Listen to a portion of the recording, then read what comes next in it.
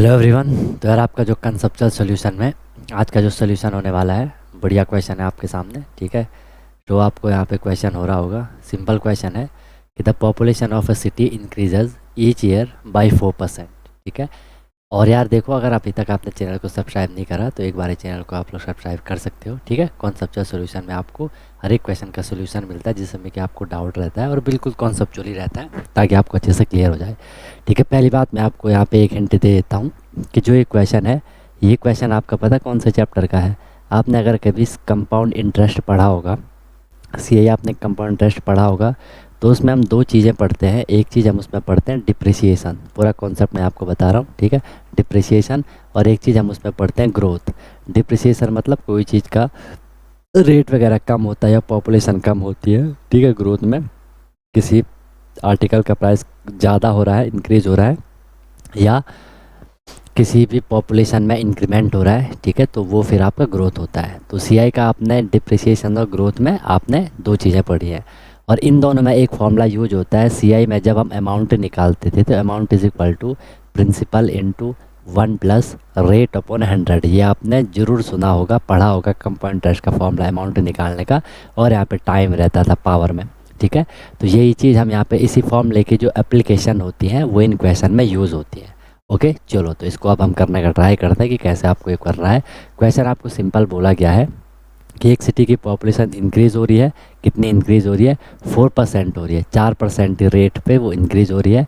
यहाँ पे एक स्टेटमेंट लिखी है, of what it had been at the beginning of each year. हर साल जो ये स्टार्टिंग में होगी। सिंपल सी बात है, अगर मैं आपको बोल रहा हूँ कि 2010 में, ठीक है 2010 के एंड में मैं बोल रहा हूँ, 2010 के एंड में मान लो एक्स पॉपुलेशन थी, तो अंडरस्टूड है कि सर 2011 के स्टार्टिंग में, 2011 के स्टार्टिंग में पॉपुलेशन कितनी होगी?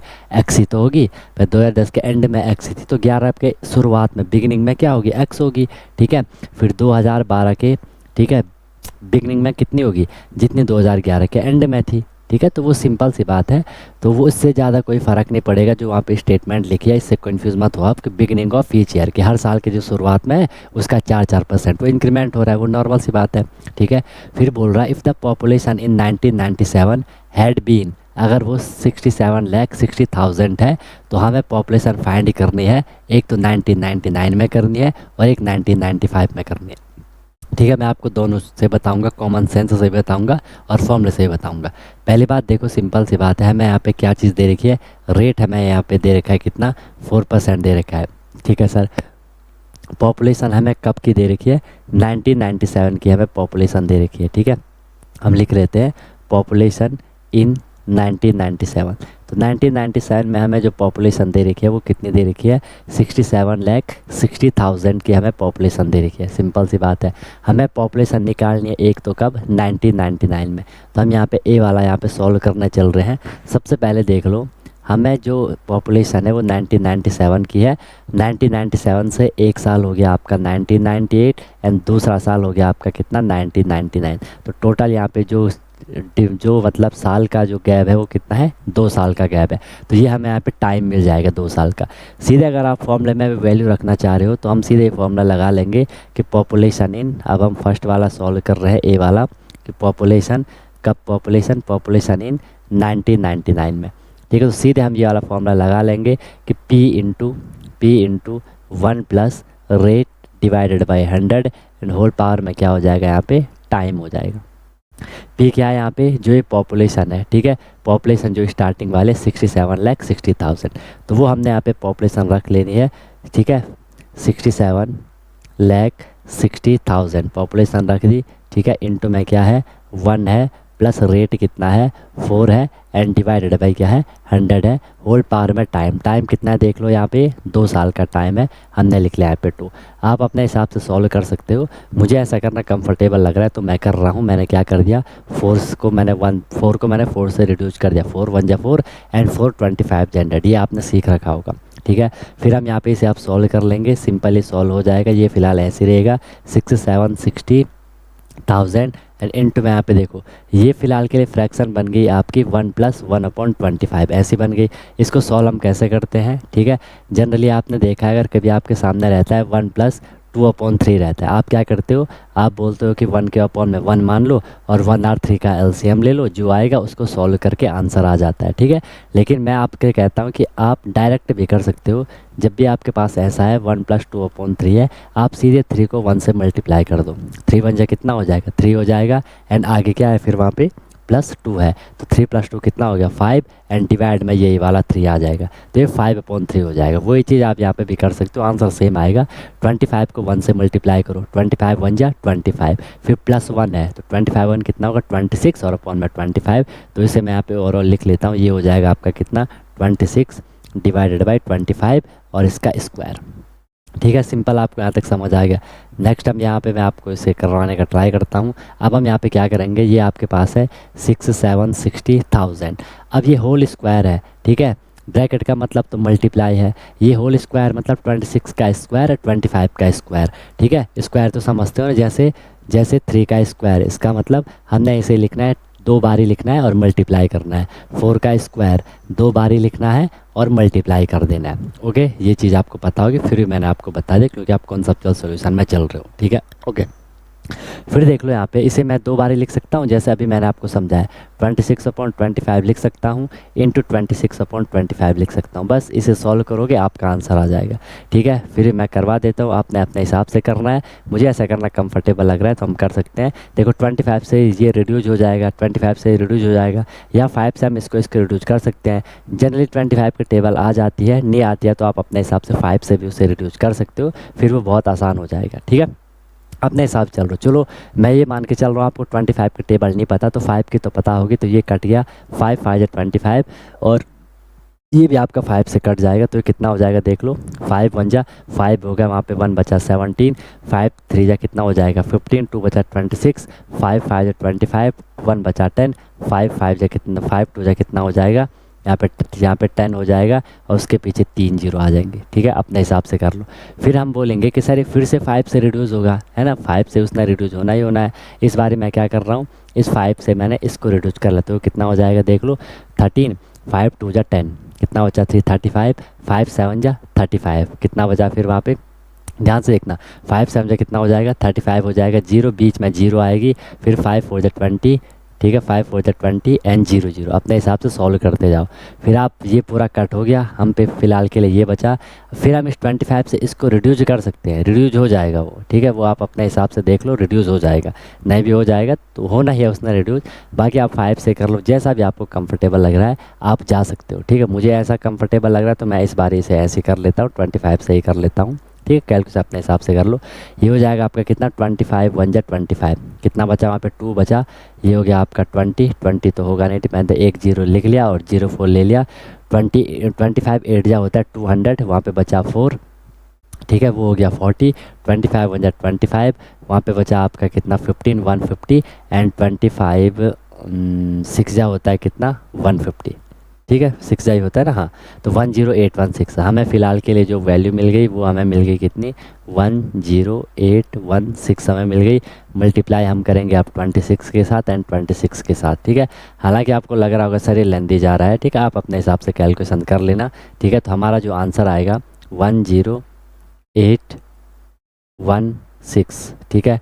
इसको हमने मल्टीप्लाई करना है 26 के साथ, मल्टीप्लाई करना है 26 के साथ, तो इसको मल्टीप्लाई करके जो आंसर आएगा वो आएगा 7311616, ये हमारा आंसर आएगा, ठीक है।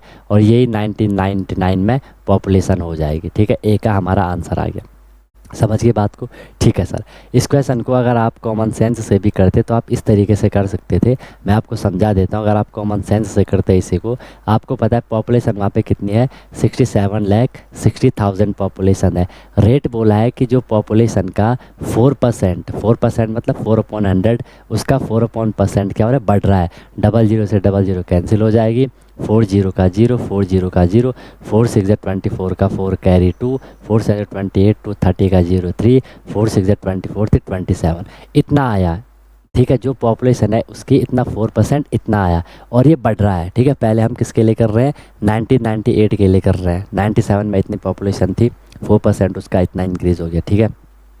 इसको फिर आप प्लस करोगे, इसमें पहले पॉपुलेशन कितनी थी, इतनी थी, इसमें 4% इंक्रीज़ हो रहा है, तो इंक्रीज़ जो वैल्यू आई वो ये आई, उसको मैं इसमें प्लस कर दूंगा 0 0।